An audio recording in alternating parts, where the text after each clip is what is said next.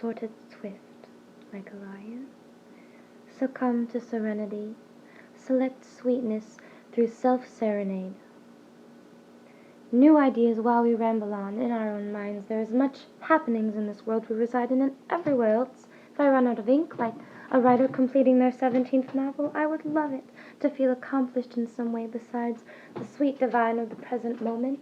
It is beautifully here, and the privilege is ours to think and speak and do what we wish. But what is the point? To contribute, yes, in a positive way, sure, to progress, to expand the mind, to evolve with the sun. These bodies seem so faulty, though becoming in tune with them creates a feeling of splendor.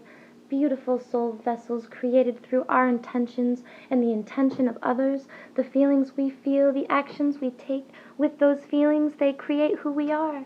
They create that which we are. So up we go. If you feel ugly for long enough, you will look ugly. If you think ugly thoughts, no one on this earth will believe you beautiful. Sadly, it's true. We create our own reality with every little bit available to us, and it's beautiful to be able to utilize this. Don't think ugly thoughts. They are the only thing coming between you and happy, lovey self, which I believe is the most beneficial to all of the lost souls.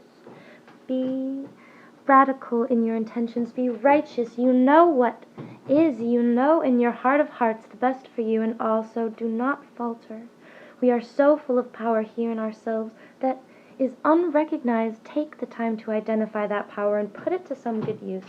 I should continue on continually, for the flow continues whether I choose to relate or not. That seems like a swell thing, to keeping on that thing, that path, or whatever it should be in our heart of hearts.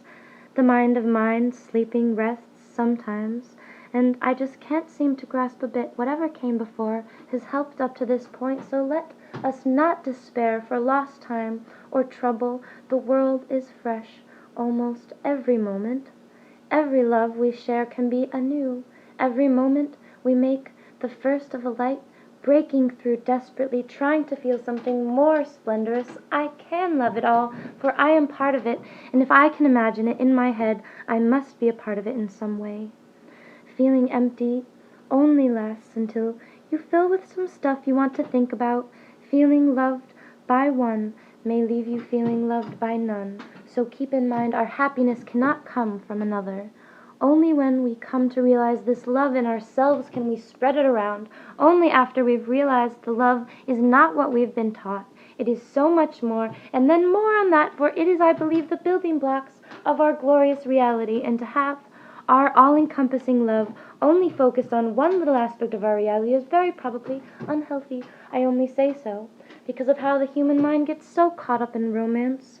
Romance is beautiful and lovely, but only if embraced fully for what it is. No fear, no illusions, only pure love energy. That is where we will find peace in our relations and embracing of the all love, not just the love for one being. Cognitive dissidence is running around rampant. Solution dissecting your brain. Question everything. It's true. Information is everywhere.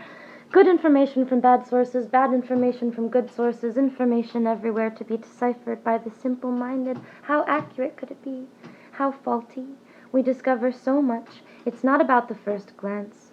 It's about the last, for the last, presumably, is when you've gotten so much out of it in every way you need it no more. It is integrated into your being, and now it is a part of you. But that happens also at the first glance.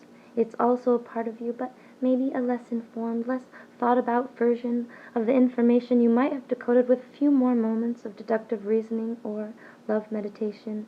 If you're interested in something, focus on it. If you want to make something happen, do it, and only it, till it becomes a reality right where you envisioned it. For our visions are what will make up the future reality, and we must think.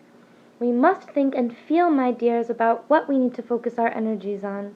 So much energy to do whatever we want, yet it gets squandered on TV, Wi-Fi, HBO, and video games. So much supernormal stimuli to keep us entranced in virtual reality, or really it's just a sugar-coated, super sweet reality in which the real just doesn't compare.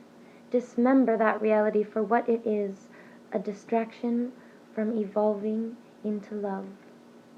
You can't love every being on the planet. If your greatest love is a television series or Zelda, you can enjoy them. Sure, who doesn't enjoy a little break from this reality every once in a while? No, it's the abuse, the addiction, the separation from other humans, the trance-like brainwashing. As long as we identify these problems and do not succumb to their wishes, we should be all right.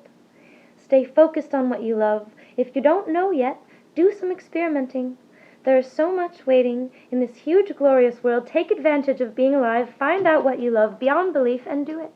Do it for yourself. Do it for the world. Do it for the whole omniverse, because it needs it. It loves it. It wants you to resonate with it, and in doing so, that love becomes stronger and more lovely. And in doing that, the entire all love will embrace you, and you will embrace all.